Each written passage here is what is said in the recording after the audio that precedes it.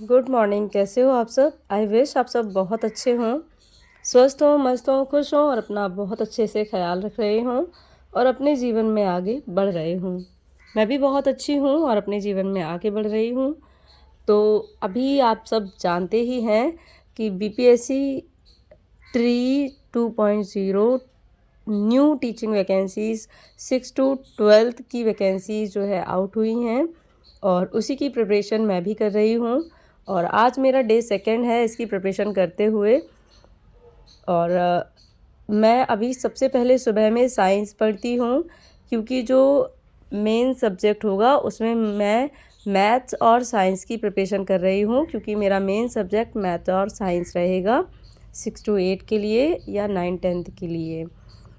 तो अगर आपका कोई भी मेन सब्जेक्ट है तो आप उसकी प्रिपरेशन अभी से स्टार्ट करेंगे तो आपको बहुत लाभ मिलेगा और सबसे ज़्यादा टाइम आपको इसी को भी देना चाहिए, क्योंकि ये सबसे ज़्यादा स्कोरिंग सब्जेक्ट रहेगा आप सबके लिए। क्योंकि जो जीएस का पोर्शन है उसमें 5 मार्क्स के काफ़ी सब्जेक्ट इंक्लूड हैं और जो पहला पेपर होगा हिंदी एंड इंग्लिश का वो केवल क्वालिफाइंग नेचर का है, तो उसमें बहुत ज़्यादा मेहनत करने की ज़रूरत नहीं है। 30 या 35 मार्क्स शायद में उसमें इम्पॉर्टेंट हैं लाने, तो उतना तो सभी को हिंदी इंग्लिश आ ही जाती है मिला के। अगर आपके 30 मार्क्स आ जाते हैं हिंदी इंग्लिश को मिला के, तो मेरे हिसाब से उसमें भी बहुत ज़्यादा मेहनत करने की ज़रूरत नहीं है। सबसे ज़्यादा जो मेहनत करने की ज़रूरत है वो है आपके सब्जेक्ट में।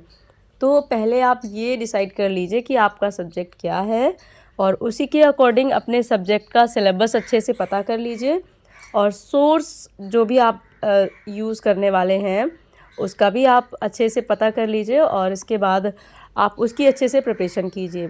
अगर आपको किसी भी तरह का कोई कन्फ्यूज़न है, कोई सजेशन चाहते हैं तो कमेंट सेक्शन में ज़रूर बताइएगा, तो मैं आपको सजेशन देने की पूरी कोशिश करूँगी।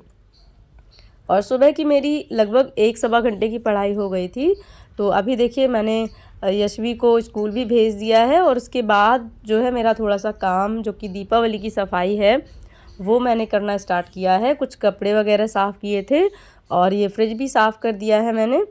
और वो काफ़ी पुराना फ्रिज है मेरा, मैं आपको बता दूँ लगभग 9 साल पुराना है, जब मेरी शादी हुई थी तब का है। और इसको मैंने अच्छे से साफ़ कर दिया है। कहीं कहीं पीले पीले दाग हो गए हैं जो कि छूट ही नहीं रहे थे, मैंने बहुत कोशिश की। अगर आपको इसका कोई सॉल्यूशन पता हो तो प्लीज़ कमेंट सेक्शन में ज़रूर बताइएगा, मुझे वेट रहेगा इस चीज़ का। और अभी मैंने जो है साफ़ कर दिया है फ्रिज और जो भी इसके एक्स्ट्रा आइटम थे उसको फिक्स करना है मुझे। फ्रेंड्स, बहुत सारे लोगों का ये कन्फ्यूज़न रहता है कि त्यौहार भी है और एग्ज़ाम भी आ रहा है, क्या करें, कैसे मैनेज करें। तो फ्रेंड्स, जितना इम्पोर्टेंट त्यौहार है उतना ही इम्पोर्टेंट एग्ज़ाम भी है।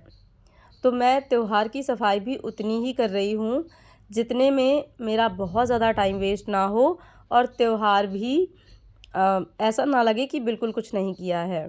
तो बहुत ज़्यादा टाइम ना देते हुए बिल्कुल बेसिक चीज़ें जो बहुत ज़्यादा इम्पॉर्टेंट हैं उनको मैं क्लीन कर ले रही हूँ और जो भी कपड़े नीड नहीं हैं धुलने की उनको सुखा के रख दे रही हूँ और जिनको बहुत ज़्यादा नीड है केवल वही कपड़े मैं सुखा रही हूँ।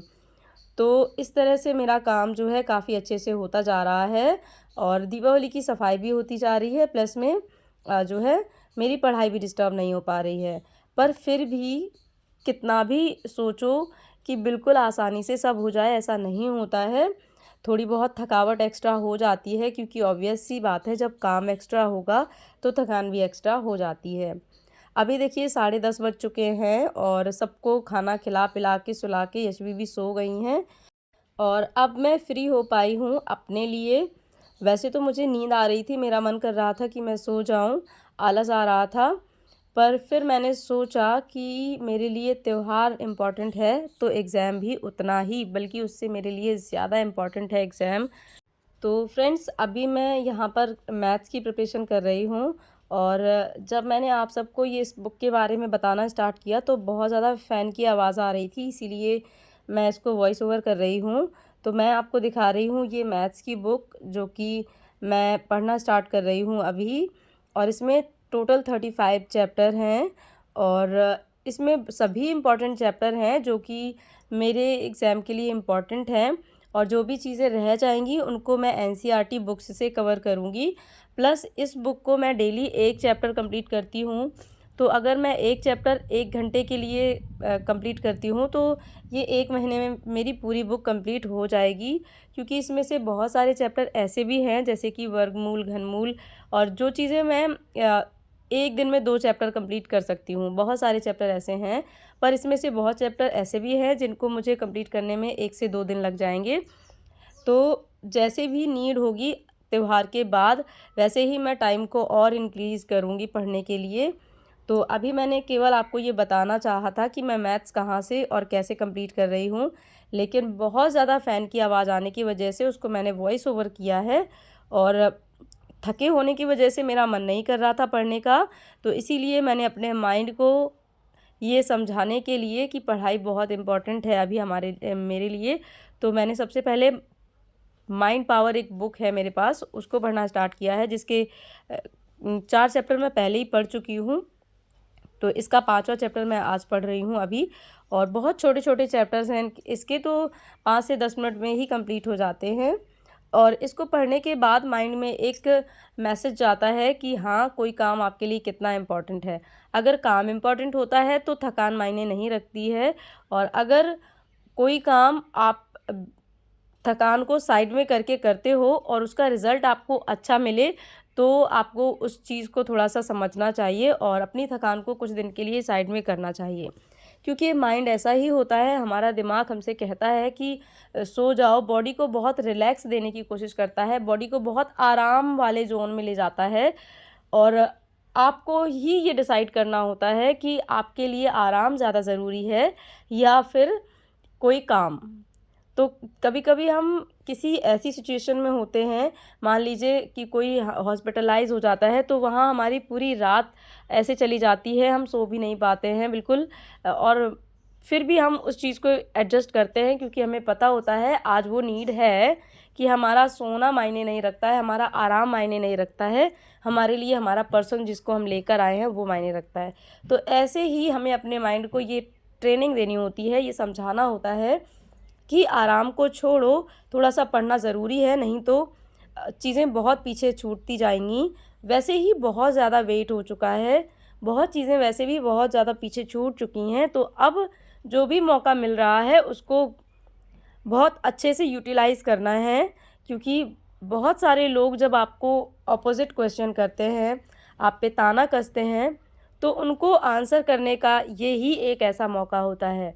ऐसी बातें जब आप अपने आप में सोचते हो, अपने माइंड को समझाते हो, तो अपने आप आपकी बॉडी में एनर्जी आती है और आप काम कर पाते हो। तो वैसे ही मैंने भी जब थोड़ा-सा बुक को पढ़ा और अपने माइंड को समझाया कि हाँ, मेरे लिए एग्ज़ाम बहुत ज़रूरी है, अदरवाइज़ मुझसे बहुत ज़्यादा आगे हो जाएँगे बहुत सारे स्टूडेंट जो इस टाइम पे पढ़ रहे हैं। तो मेरे लिए अगर काम इम्पोर्टेंट है, मैं काम कर रही हूँ, तो पढ़ाई के लिए भी मैं टाइम निकाल सकती हूँ। ऐसा मुझे लगता है, मैं इतना मैनेज कर सकती हूँ। हाँ, थोड़ा-सा थकूँगी, थोड़ा-सा एक्स्ट्रा मेहनत लगेगी, पर उसके लिए मैं थोड़ा-सा एक्स्ट्रा खाऊँगी और ऐसे टाइम में रेस्ट करूँगी जब मुझे लगेगा कि मैं उस टाइम पे पढ़ नहीं पा रही हूँ।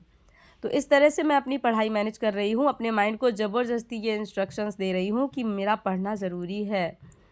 तो आपसे भी मैं यही कहूँगी कि अगर आप भी प्रिपरेशन कर रहे हैं बीपीएससी एग्ज़ाम की, तो आपको अपने आराम थोड़े से साइड में करने होंगे। अपनी परिस्थितियों पे नहीं जाना है, केवल आप उन परिस्थितियों में कितना बेहतर कर सकते हैं, किस तरह से मैनेज कर सकते हैं, वो पॉसिबिलिटीज़ ढूँढिए, ना कि ये कि आप क्यों नहीं कर पा रहे हैं, ये रीज़न ढूँढना। तो रीज़न आपके लिए मायने नहीं रखते हैं, क्योंकि रीज़न आपके कोई नहीं सुनेगा कि क्यों आप एग्ज़ाम क्वालिफ़ाई नहीं कर पाए, क्यों अब तक आपकी जॉब नहीं लग पाई, ये कोई नहीं सुनता है, किसी के लिए ये मायने नहीं रखता है। मायने ये रखता है कि आपने उन परिस्थितियों से कैसे डील करके जॉब हासिल कर ली। तो फ्रेंड्स, आज का वीडियो मैं यहीं तक रखूँगी और यहीं पर एंड कर रही हूँ। बहुत ज़्यादा खांसी भी इस टाइम पे मुझे हो रही है, क्योंकि पानी वाला ज़्यादा काम करना पड़ रहा है, इस वजह से कोल्ड कफ हो रखा है। तो मिलती हूँ फिर किसी अच्छे से व्लॉग के साथ। Till then take care and bye bye.